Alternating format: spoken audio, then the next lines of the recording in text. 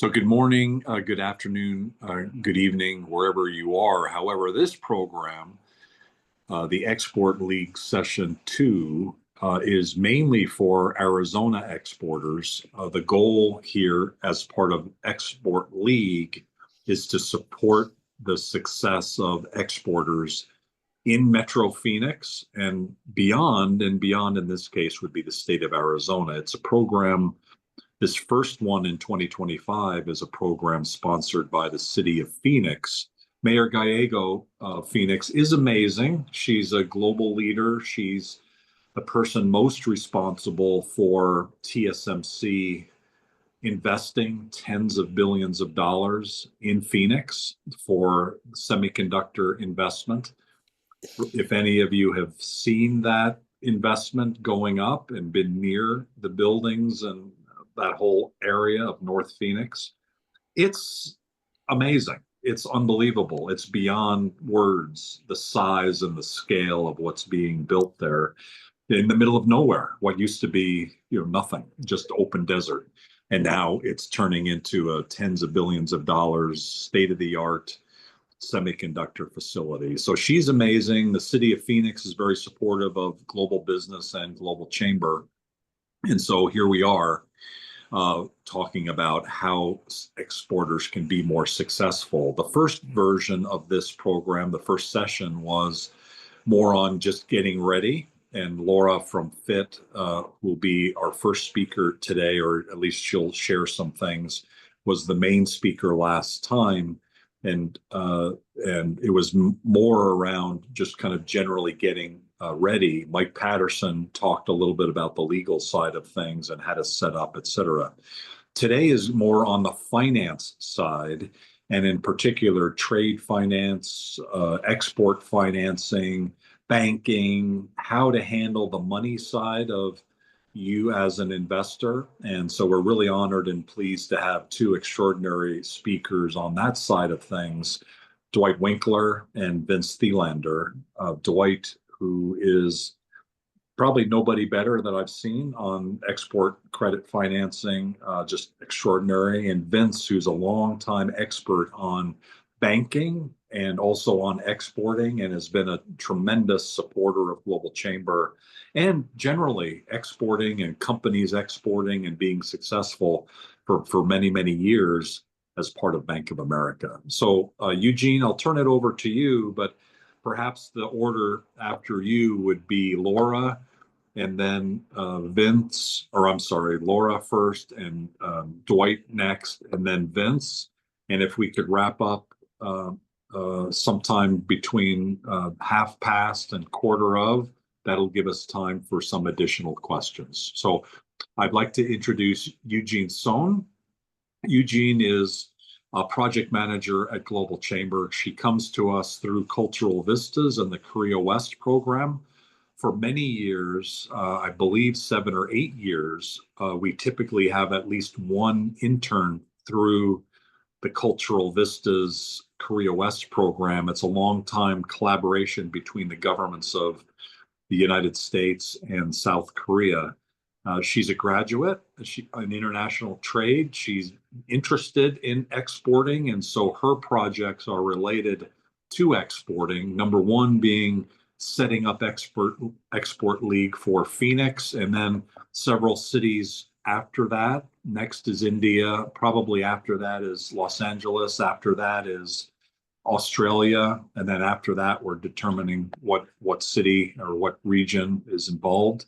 But Phoenix kicks it off, and so Eugene, thank you for your leadership on this. I turn it over to you. Thanks, Doug, and hi everyone. As Doug introduced me, I'm Eugene Son, and I'm working at a global chamber as a marketing project manager. And today, this is the second training session of Export League, and I want to introduce Lora.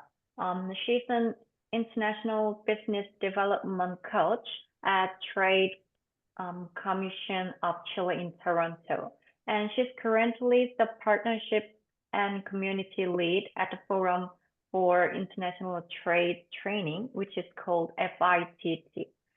So this provides education and training for professionals in international trade. And as Doug introduced you guys, today's topic is about financing. So all the speakers gonna have a presentation focusing on the finance. So I'd like to hand this over to Lora. Thanks, Eugen. So as you mentioned, I did formally work. That's how I started in international trade many moons ago. I was the Assistant Trade Commissioner for the Trade Commission of Chile, but I was a local hire in Toronto, Canada.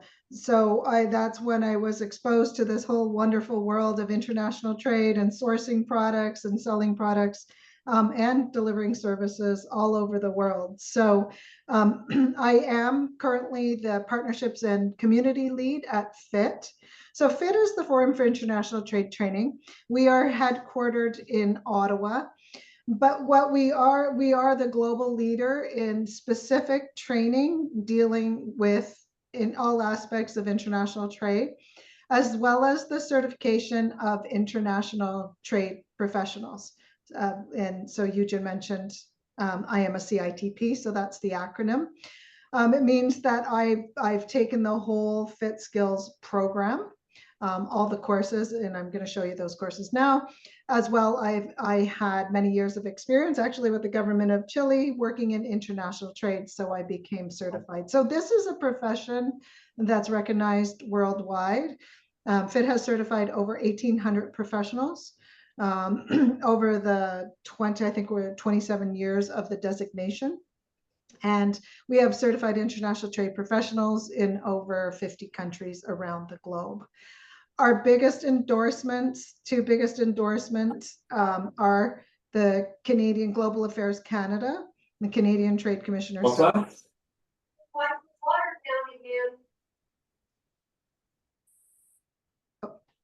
The Canadian Trade Commissioner Service. So they have a mandate that their trade commissioners are certified professionals and certified by FIT, because if they're advising companies around the globe on how to do business in that region, then there's great value in them being certified in all aspects of international trade. Our second biggest endorsement is through, and I know we're talking about financing and export credit. Our second biggest endorsement is through Export Development Canada, or EDC for short. So you will see, and I'm just going to share a slide with you.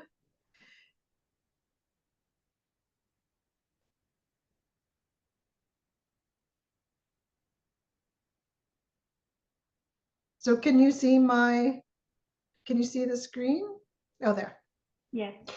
Okay, so you can see on the bottom left, we're co-branded with EDC, Export Development Canada. So our learning center and where all of our courses are located is in the FIT EDC Learning Center. So our training is called FITskills training. And we have our core program is 6 courses. So last week I went primarily over feasibility of international trade. Is your organization in a position to start exporting? Is it feasible for you to start exporting? So I ran through some of the major complications, let's say, areas of business that are different when you're crossing your products, when you're sending your products across borders or delivering your services across borders. So I pointed out those main, it was high-level overview of areas that you might want to consider, like Incoterms. You know, if you've never heard of Incoterms or you're not that familiar with Incoterms, for example, I suggested that you learn more about Incoterms. But anyway, here are the 6 courses, everything from feasibility of international trade. And that is a fundamental course that changed my life. Many years ago when I was working for the Trade Commission of Chile, I took that course and I thought I knew everything about international trade, and I did not. My world was opened. And then we have international market entry strategies, global value chain, products and services for a global market. So that deals with how do you modify your product or service when you're going global. international trade finance, and I'm sure we'll hear some great insights today, but we have a course on international trade finance and international sales and marketing. I should say that all of our courses, our training is country neutral. So it doesn't matter if you're a US company looking to export, or a Canadian company, or a Singaporean, or it doesn't matter where in the world. It's about being strategic and being prepared to start exporting, or to continue, or to search for new markets, and what you need to put in place to execute your export plan. Or import. We also talk, our training is international trade training. So we also talk about procurement. So it's import and export. It's country neutral. So companies around the globe, and companies have taken this training because it's very valuable. It's about being strategic, because exporting just doesn't happen. Like, it just doesn't happen without being prepared. In order to be prepared, you need to know what you need to, which risks are out there, what you need to mitigate. So the Global Chamber and FIT have joined forces. We signed a memorandum of understanding because the Chamber and Doug felt that exporters in the chamber members really should upskill themselves, upskill someone on the team, upskill the entire team, in order to be more successful when they're embarking on their international trade journey. So we have a memorandum of understanding, an MOU, a partnership, let's say, where I'm going to be taking part in some of these events. We have a code here, and that code you can use on the in our shopping portal for the courses. So it's edc-fit.com. We ask that you put in the code, whether you're a Global Chamber member or a non-member. If you're joining today or in any event and you see this code, you just use the non-member code, and that allows both of our organizations to track the interest that's generated from Global Chamber, from these events, and from maybe information that you see on the Global Chamber website. So that's why we have these codes here. We have a 1 year where we've just started this relationship. So these codes are valid for the year. That's why you see valid until the end of December. And that's it. So I'm gonna just listen today. I'll be here. Hopefully, I'll be included in the discussion, but always here to answer any questions you might have. I'll stop talking and stop sharing.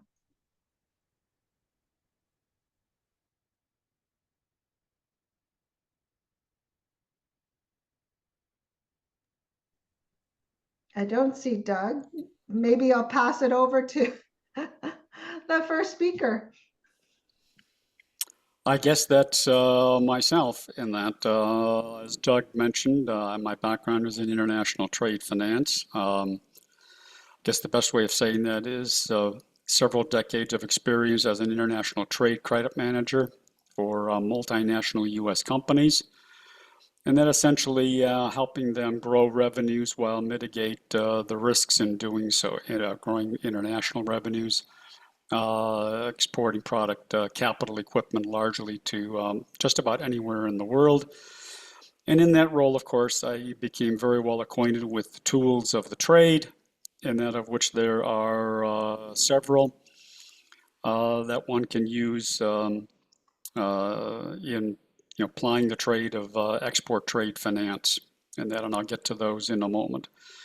Essentially, though, I don't know, in terms of our audience today, or those that might view this separately, and that whether you're just beginning the journey of export trade and you're just one-person shop, or you have a much larger organization and you're beginning the journey, it still boils down to the fundamentals of what's your credit policy, are your commercial terms and conditions that you are going to sell to parties that wish to buy your product overseas. And are you going to be just selling black boxes and wanting to collect money in advance before you ship, or do you want to help your buyers be more keen to buy your product by offering terms and conditions and then taking that into consideration. You can do that and at the same time mitigate those risks through any number of different tools. Let me try to see if I can share a screen here.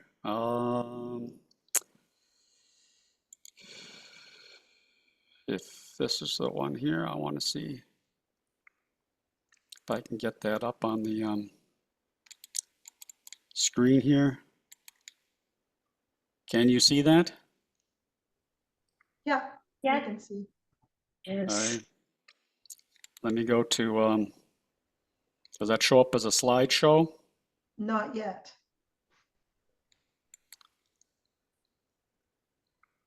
How about Now that? we can, yeah, Okay, so I mean, given the time allotted, I want to prepare although a comprehensive as I could presentation in that. Given the time that we have, I'm not going to go through everything on here in that. But if this is posted to Global Chamber, in that you'll be able to look at the topic items on the agenda that I had here.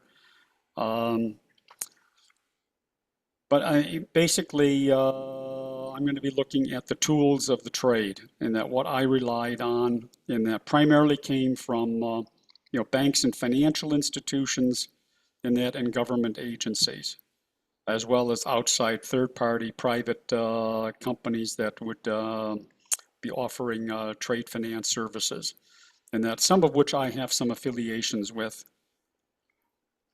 In that, so I want to get to, for example, one of the more traditional ways of conducting trade for businesses when they're first starting out might be with letters of credit, and that where the buyer opens up through his bank a letter of credit, which then is sent to an advising bank in the country of the supplier. And typically, if you wanted to have the most secure letter of credit, you would have that advising bank confirm the LC, and that's so that you know that once you make the shipment, that payment is going to be received at the counters of the confirming bank or the advising bank. Typically, this might be a bank that is closely affiliated with the exporter. It might be a line bank. He might have accounts with them, or it could be another major bank in the U.S. that would be considered reliable and reputable to go to work and do that. But this is probably one of the most secure ways to secure your risk if you're selling to a party abroad in that. It is paper intensive, and it does have a fair bit of cost to it for negotiation fees, things of that nature. And you need to make sure that because it is a documentary credit, that the documents related to it are in absolute pristine shape when you make the shipment, because you don't want to suffer any discrepancies when you're presenting those for negotiation.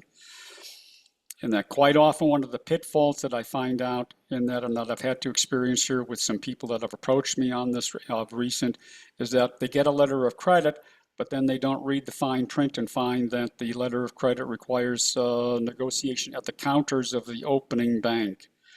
I would never have accepted that during the course of my time as an international credit manager, simply because I'm, shipping the goods and going all the way to the country of origin where the LC was opened from, where the buyer is, and having to go to work and run the risk that once I present those documents at that bank, that there could be issues in that, and then I'm dealing with a problem thousands of miles away, rather than maybe a drive across the city to the bank that I might be working with from on my side of the transaction. So, but these are probably the best way to go to work and secure and mitigate your export credit risk. Trade credit insurance is a great way to go to work and mitigate, count terms, commercial terms and conditions.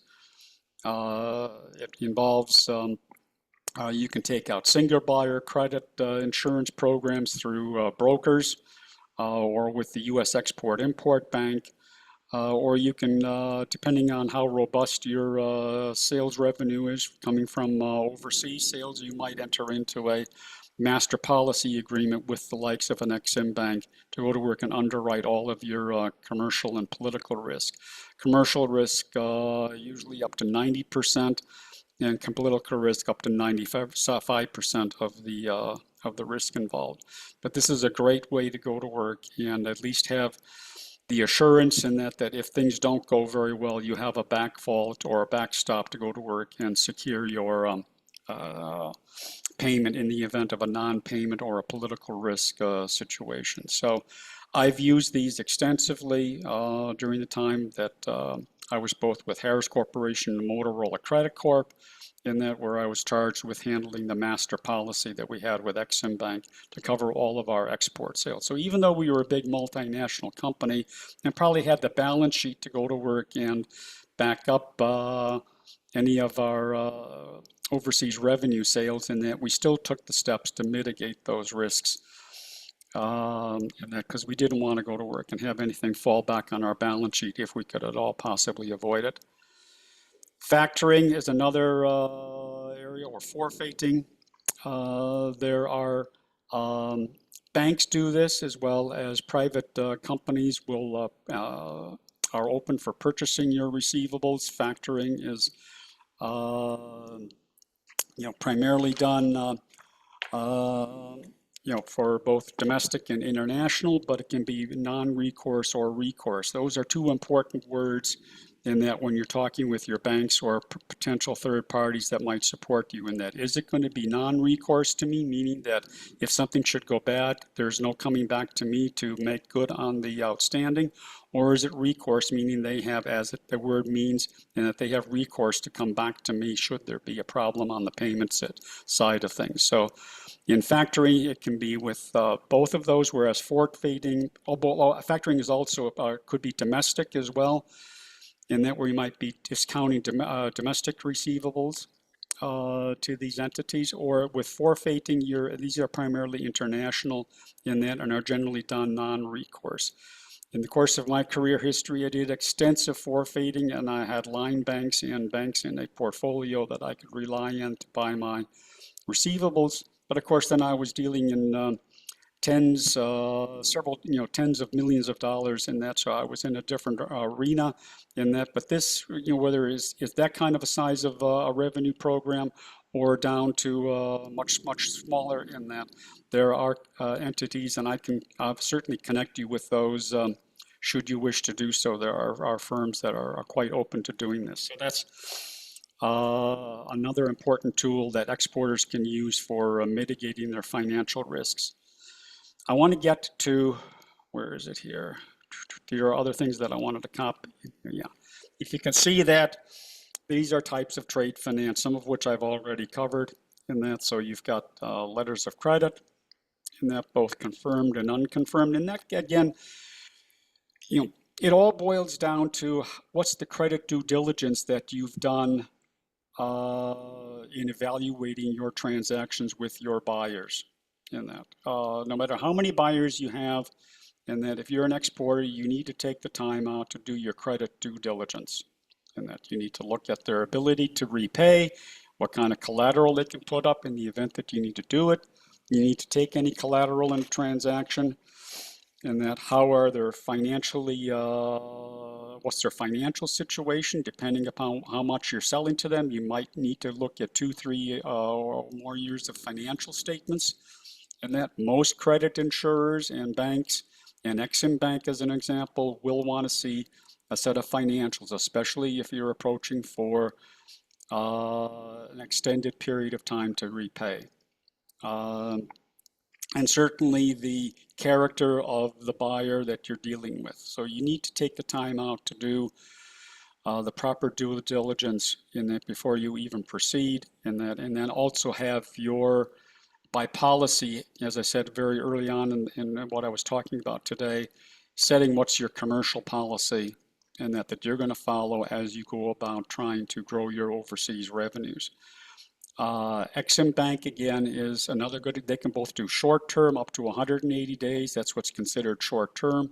Generally, in exceptional cases, maybe out to 1 year. But then they can also do 3- and 5-year financing, even longer, depending upon what kind of a sale you have or what kind of a project you're entering into. There's a wealth of information on the Export-Import Bank site on all of their programs. You can even go or can get a price calculator in that on what's going to be involved. Because in your commercial transaction with your buyer, you need to get especially if he's asking for terms and conditions, and I'm assuming paying something other than cash in advance, you're going to need to take into account, well, what's the cost going to be to undertake this transaction in that. And one also has to take how much can I put back on the buyer if he wants extended terms and conditions, or am I earning enough margin on the sale? Can I absorb some of those? So those are all very key points that one has to take into account before one begins a transaction. And not one shoe fits all. So you're going to have perhaps different arrangements for different buyers, different countries, all of that. So you can again take some guidance from people like Exim Bank. They can tell you what countries they're open for, what countries they're not. And some of the considerations one has to take into account. Your banks can also do the same thing. Whoever you're banking with, especially if they're banking internationally, they are in a good position to tell you and can tell you what's the situation in a particular country, and maybe can even help you getting in credit information. There are credit information providers in that. One of our members, Credit Safe, is one of them. And that you can reach out and they can get you credit information on particular buyers, and that because that's again part of your credit decision making due diligence that you need to do.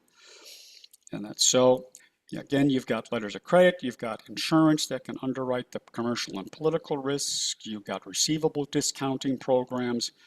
And then you've got ECAs, export credit agencies. We had another one, the Canadian one mentioned earlier in today's program, EDC. That's an equivalent of Exim Bank.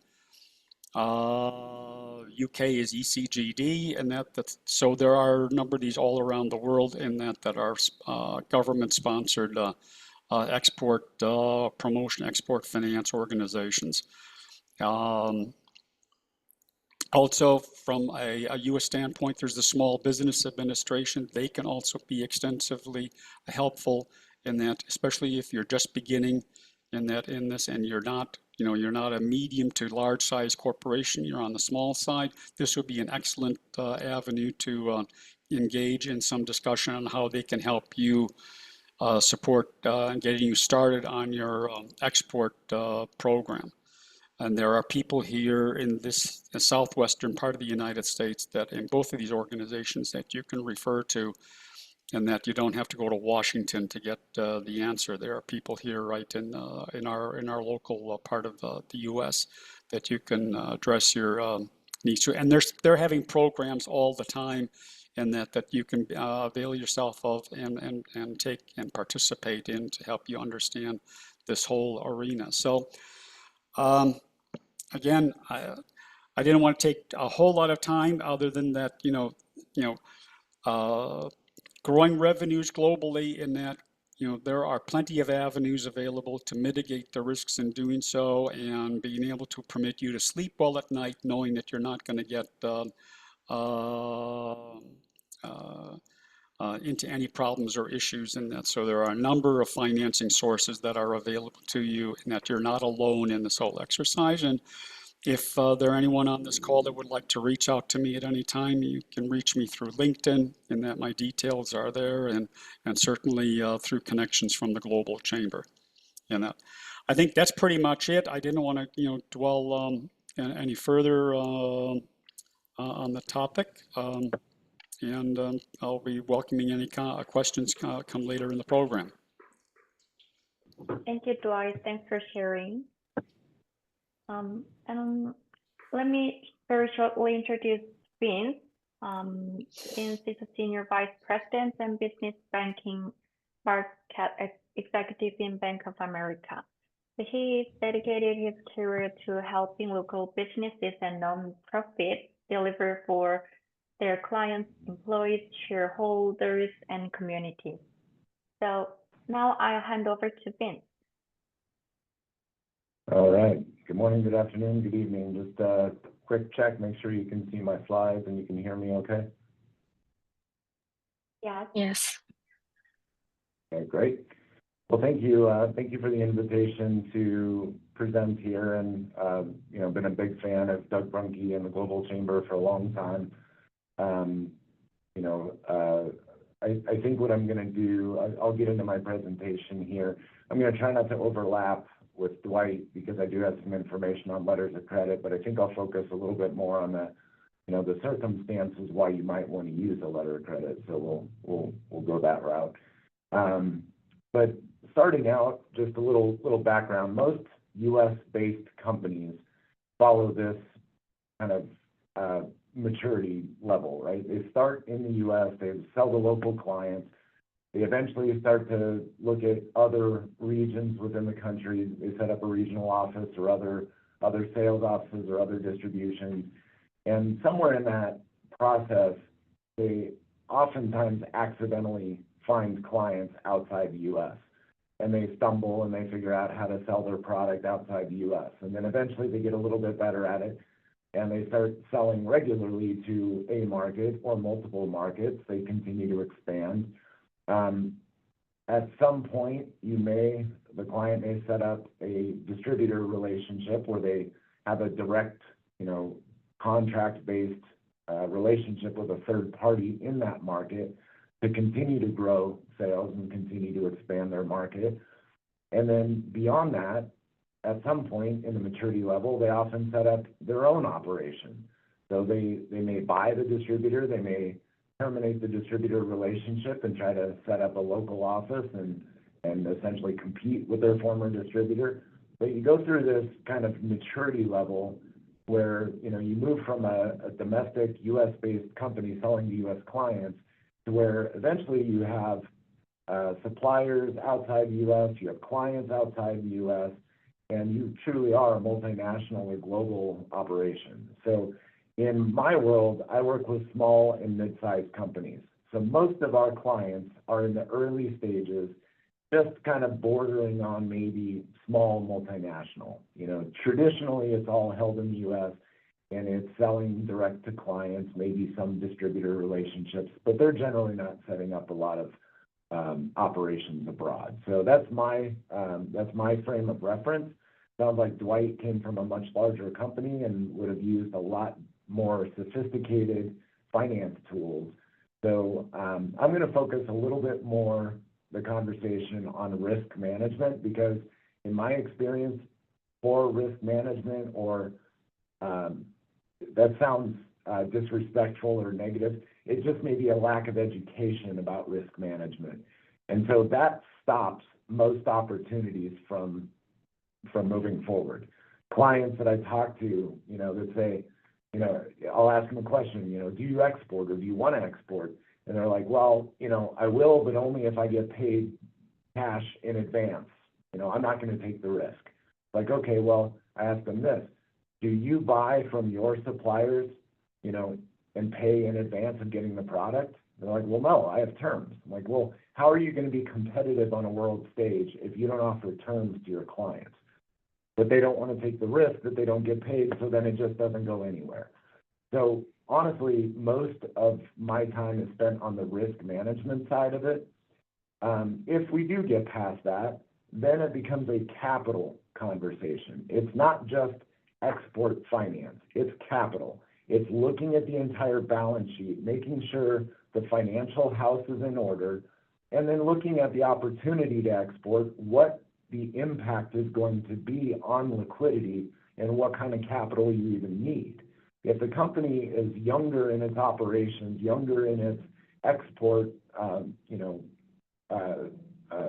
story, they're probably not going to need a ton of capital, right? Exporting starts out a little bit slower. They test the waters, they do smaller orders, they're generally not blowing up, and all of a sudden overnight they have a ton of opportunity.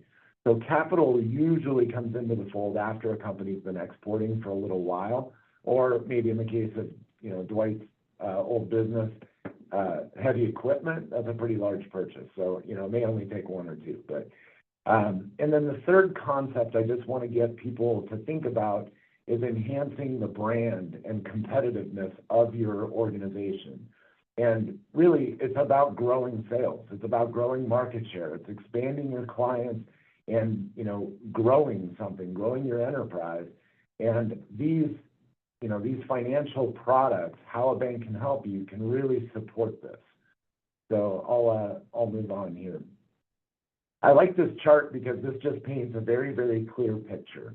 You know, if you are the seller, so you're exporting product outside the U.S., you know, the safest thing for you is to get payment in advance. You don't have to worry about it. You get paid, you send the product. Your buyer, the importer, wants to trade on open account, just like you would in the U.S., right? So they want terms. They want, I don't know, 30 days, 60 days after receipt, or they at least want the product in their country before they pay. So you have this you know, constructive, you know, friction here, you know, that you have to find what works for both parties. And there's some financial instruments that can help meet in the middle, where risks are protected and it facilitates a transaction that might otherwise be stopped. So this just paints a good picture of kind of how that comes together. Now this is an eye test slide. I'm not going to go over it, but it's available, you know, the slides are available for anybody that wants them.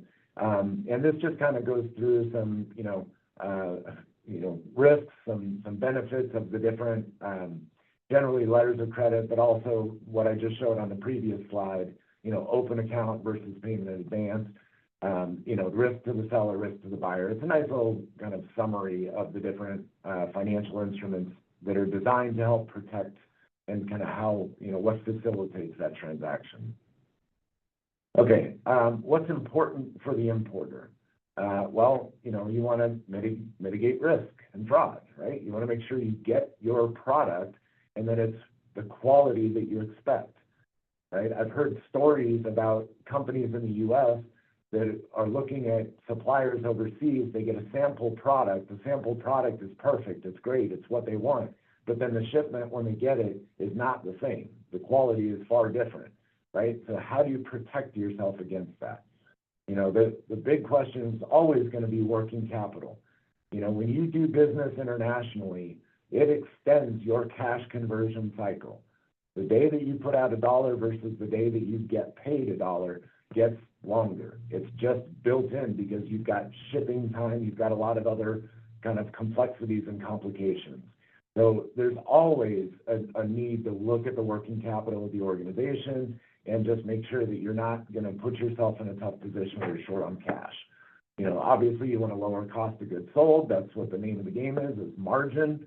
You know, you are always trying to enhance your margin. You know, you can't take on a bunch of debt. You want to have good relationships with your suppliers, and you need all of this to occur in a very efficient, you know, and streamlined way. Okay. I'm not going to go into a lot of detail on this, but the first step in a buyer risk mitigation scenario, the first transaction or the first bank product that's often used is documentary collections. This is just bank to bank exchanging the paperwork. So you don't get into this, you know, which came first, the chicken or the egg scenario, where the seller says, well, I want to get paid before I release goods. And the buyer is saying, well, I want the goods before I get paid, right? If, you know, who wins in that scenario, right? This is having the buyer's bank and the seller's bank communicate with the documents. And if the documents are presented appropriately, the bank makes the payment. It's not on the buyer to make the payment at that point. So it's a commitment. This has some pitfalls, right? This does not protect, you know, there are some things that you can build into it, but it does not inherently have them, such as you can require an inspection report as one of the documents that you want to see or that you require before the payment is made. So you can employ a third-party inspection, you know, agency at the port, you know, make sure that you're getting what you believe you're getting, and that helps protect on that side of it. But, you know, it's the seller still has to be willing to ship the goods without payment and without a true financial commitment. So they may not be willing to do this. So this is a way to just facilitate the transaction, but it is not the most secure way for either party. The letter of credit, which Dwight covered, instead of going into the details on how it works, I just thought I'd mention what are some of the scenarios where you might want a letter of credit. I would say that the letter of credit is the most secure way. It fully, if you do it right, it fully protects the buyer and the seller, right? It takes the guesswork out of it. It takes the risk out of it in terms of, willingness to pay, political risk, currency risk. There's a lot of risks in an international transaction that the letter of credit solves. When you might use it could be you're looking at a new supplier, and it's going to be a significant supplier for you. You might want to start using letters of credit as payment mechanisms to, until you get enough volume or enough successful transactions where you feel confident that this is a good relationship, that, you know them better, they know you, but you start with a letter of credit to prevent any possible disruption. That's one scenario. It could be an expansion, a major expansion. You're still working with the same supplier, but now you're going to buy a lot more. It could be, and one question I've asked clients before is, how disruptive would it be for your business if one shipment didn't go to plan? If one individual shipment didn't arrive when it was supposed to, or the boat sank, or the quality wasn't there, or whatever. If that one shipment doesn't go to plan, how much is that going to disrupt your business? And if it's no big deal, it's just, a Tuesday, and you've got another shipment coming in a couple of weeks, then I'd say maybe you don't need a letter of credit. But if there's a significant financial disruption that could happen with this one shipment, then I'd say having a letter of credit will really help protect you against that risk. And I'll give you a specific example. We have a client that was selling to big box stores, and they were just selling trinkets, low value goods that came from China. And when China was having a real hard time getting product out of their own ports, their shipment was about 4 weeks late. Their client, one of their big clients, had written into the contract penalties if they didn't deliver on time, financial penalties by day if they did not deliver. Well, what ended up happening was they were on the hook. They tried to negotiate saying, hey, the boats are having a hard time getting out of China. You can read about it on the news, it's everywhere. Well, they said, tough, we have empty store shelves, we're missing out on those sales, you're responsible for it. And I think the final number was $200,000, and the profit from that shipment was only going to be about $100,000. So they had to pay twice their profit out in penalties because they didn't get the goods on time. Now, with a letter of credit on that transaction, it doesn't mean that they definitely would have gotten the goods on time. Certainly the manufacturer, the supplier would have tried a lot harder because they know that they're held accountable to it, but at least it would have brought them both to the negotiating table, and they could have, shared in those costs somehow. They could have negotiated some remedy for the supplier being so late, knowing that our client, the buyer, was going to have such significant penalties. So it really comes back to the disruption of one shipment, the financial disruption. All right, moving on. And really, deferred payment letter of credit, or deferred payment letter of credit, all that really means is a letter of credit with terms. So instead of paying at the moment, yes, all the, product was received, documents are in order, everything's good, letter of credit pays, that's when it starts the clock, and this would be more like traditional terms, 30 days, 60 days, 90 days built into the letter of credit. So it still has the same protections for the seller, but they don't get paid immediately. It's, it's kind of more traditional terms. This all has to be negotiated up front with the seller and the buyer. They have to agree to this stuff. So it may be that, they have a higher price up front, for that product, but the advantage is it doesn't pay right away, they get the terms. All right, for exporters, sellers, the goal is always reduce days sales outstanding. So that cash conversion cycle I mentioned, how quickly they get paid. That's a major, that is your liquidity. right? So how quickly can you turn inventory and get paid? Obviously, mitigating risk and fraud, just like the buyers, optimizing working capital, just like the buyers. Not much different there. We talked about documentary collections. I don't need to cover it again. I think we talked about letters of credit enough. And I'm not going to cover that slide. So one thing I want to get you, or have, the audience think about. So we talked about letters of credit as a payment vehicle, right? The letter of credit itself is a financial instrument that pays. When the transaction happens, the letter of credit is paid to the beneficiary. You can also do, or in place of that, because, honestly, most existing relationships, if you go to them and say, I want to start paying you now by letter of credit, they're not going to want that, right? They're going to have a tough time with that because it creates expense, and it's not, it just adds complexity, it adds expense. And if you've been paying by cash, or paying by wire transfer, why would they accept this, right? So it's generally for newer relationships, starting out this way. But here's one other alternative: using a standby letter of credit for, let's say, 2 months of volume, right? So how that would work is, you see this a lot in the U.S. for landlord leases. So you want to sign a lease for your company in a new building. Maybe you don't have a super well-established company. Maybe it's not public and it's private. Landlord may say, okay, I'm willing to write the lease, but I need a standby letter of credit for 6 months of rent or a year of rent, or it's usually a pretty lengthy amount of time. It's not just a first and last month, deposit like you do on an apartment. It's usually a more significant commitment, especially if they're doing TI allowances. If they're funding the allowance, they'll want a standby letter of credit because they want to know that you're in there for 5 years or 10 years or whatever the commitment is to earn back that allowance that they gave you up front. Well, this is similar in concept. So if you're buying product from a supplier, if you're the importer and your supplier is overseas, instead of, mandating a letter of credit for every transaction, you can say, look, I'm going to mandate a standby letter of credit for 2 months worth of volume.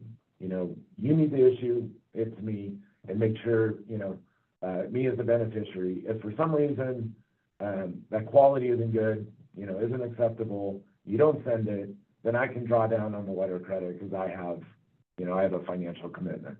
You probably see this a lot more in the case of exporters, right? So you're selling to somebody abroad on a regular basis, but you want to protect yourself somehow. So 60 days worth of purchases, 90 days worth of purchases.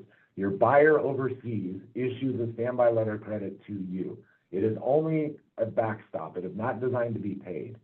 Then in your relationship, as you're conducting normal transactions, if they don't pay 1 month, well, then you go to your client or your client and say, hey, what's the story here? You're talking.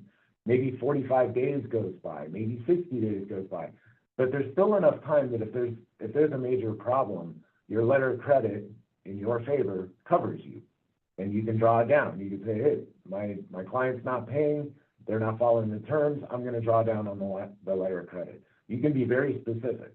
If the invoice is due on the 15th and you haven't paid it by the 20th, I'm going to start drawing down on the letter of credit by the 25th. You put those terms in the letter of credit, both parties agree to it, they can't change it later. It holds them accountable to make the payment by the 15th, right?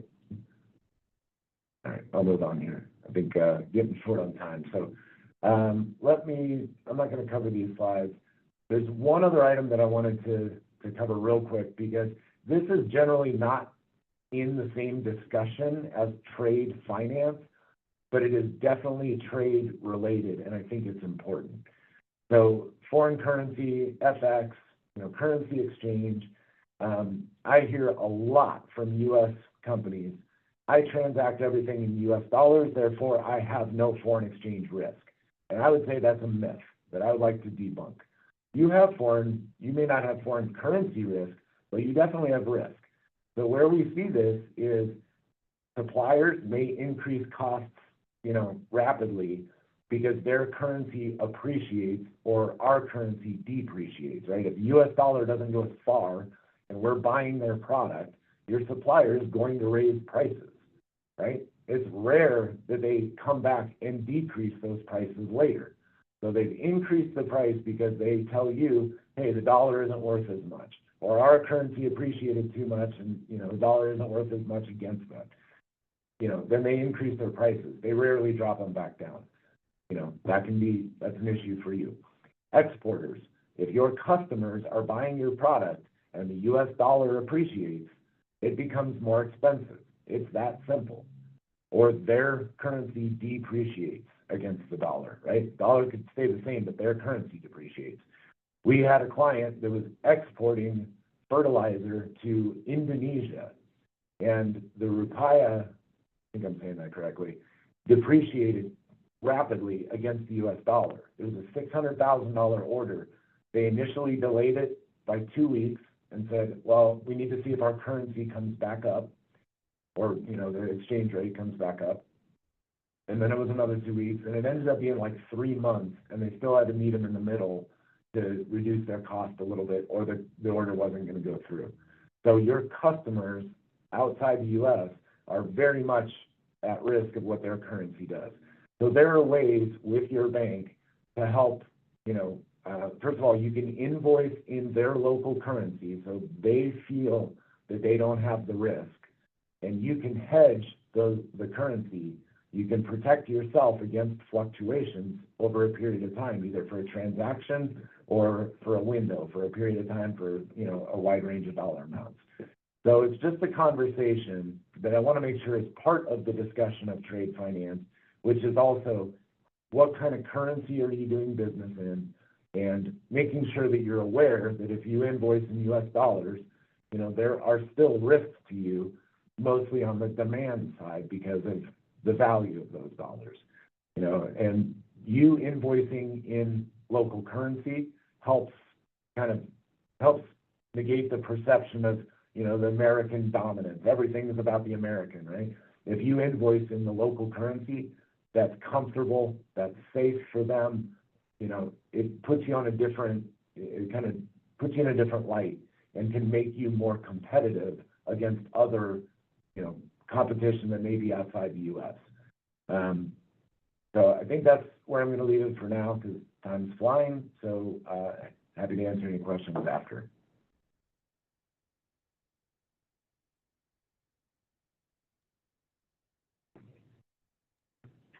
Okay, thanks for sharing things. Laura, do you have anything else to share? No, I love that. I love what was covered. We, you know, as I showed on the screen, we have an international trade finance course where we go through all the options. Dwight, I loved your overview of the letters of credit, and we talk about that. Just, I guess, you know, nothing replaces going to your bank manager or your expert credit agency and discussing all the specifics, the options. But if you have a general idea of, you know, the whole trade finance landscape, how it fits into all aspects of your business, I think that's what we provide, that general training, and so that you're aware when you hear letters of credit, or when your bank manager, your bank says to you, I think you should get a, you know, should collect on, I don't know, documentary collection or letters of credit guaranteed, you at least understand pros and cons. And I think that was really good. And I think you mentioned, you know, that slide with risk.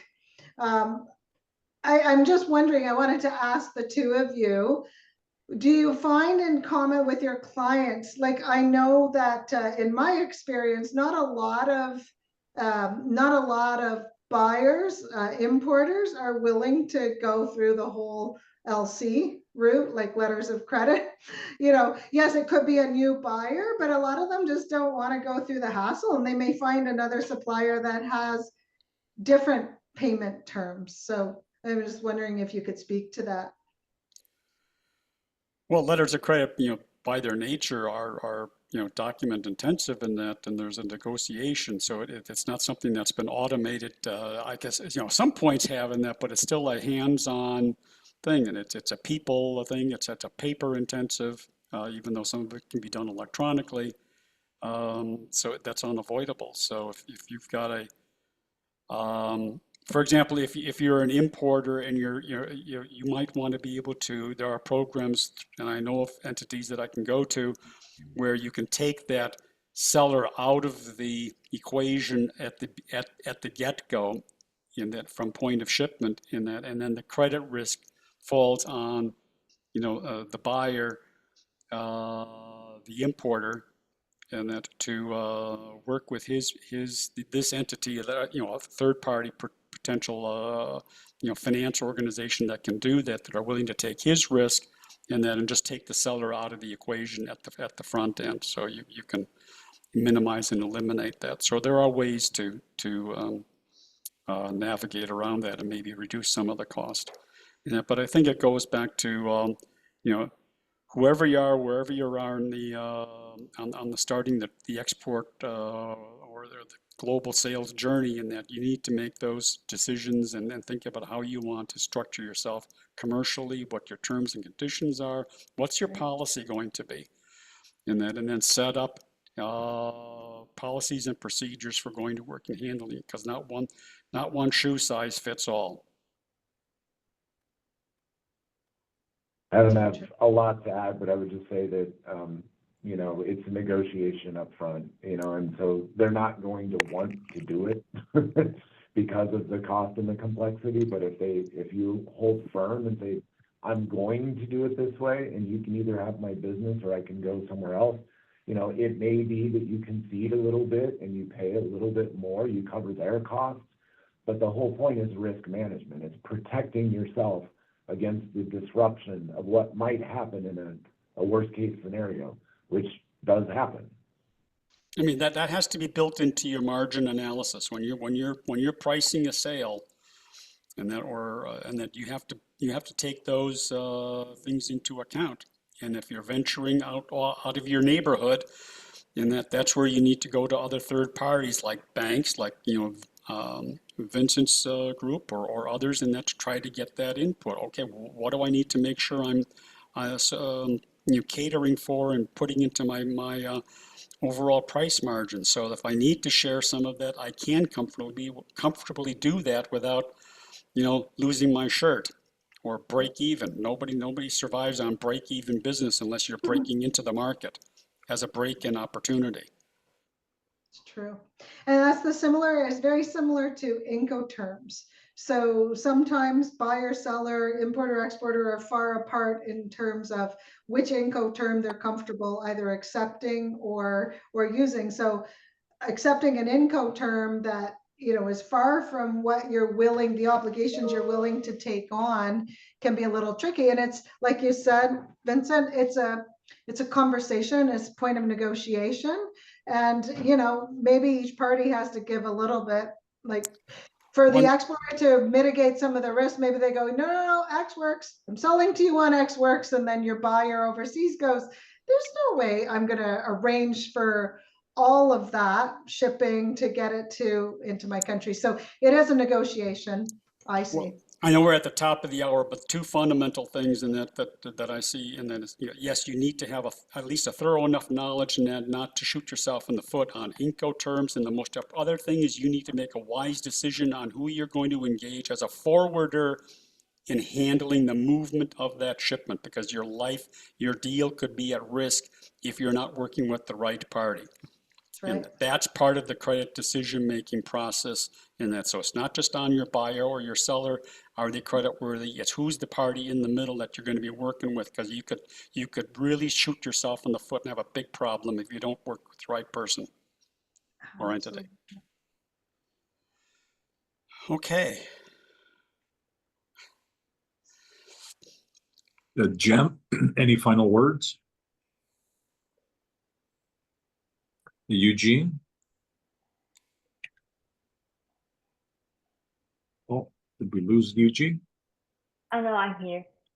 Oh, okay. Any final words you'd like to add?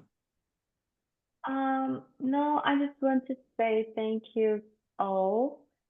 Thanks for sharing your knowledge to us.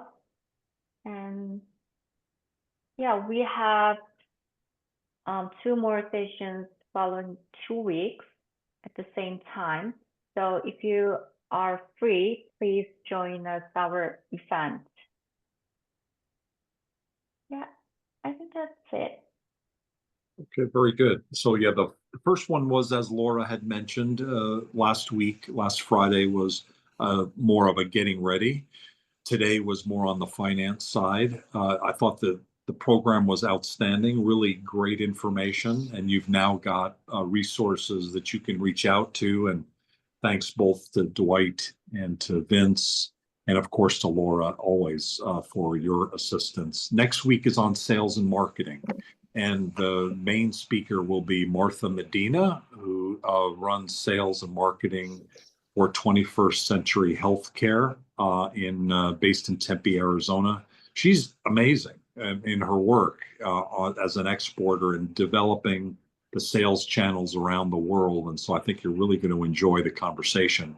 Martha is also on the Global Chamber Phoenix Advisory Board and gotten to know her and her expertise and her working around the world in many dozens of countries. And so enjoy, along with Eduardo Gonzalez, who's the Global Chamber Phoenix Advisory Board Chair. And also he runs 258 Consulting. He had worked for Pro Mexico, and that was disbanded. So he's got the consulting company to be able to connect people to manufacturers on both sides of the border. And he'll be talking about the sales and marketing aspects. His expertise is mainly Mexico, US, but it's global perspective. And hopefully Laura will be with us as well. FIT is a key partner, as she described. It's a new partnership between FIT and Global Chamber, and I hope all of you will be able to take a look at the information, take advantage of the information they have. You can't do it alone. Business is complicated. International business is even more complicated. So please take advantage of the resources, the people resources, and the knowledge resources that FIT provides to be more successful. Next week, sales marketing. The week after that, logistics and all other issues. And then we actually have a fifth program 3 weeks out that is on Globinar on Global Chamber Phoenix and some of the export issues related more generally. And so the next 3 weeks, we've got Globinars at this time. Thanks, everybody. Have a great Friday. Have a great weekend. And thanks again to all the speakers. Yeah, Thanks. thank you very much. Thank Enjoyed it. you. Thanks, Chamber. Thanks, everyone. Bye-bye. Thank you. Bye.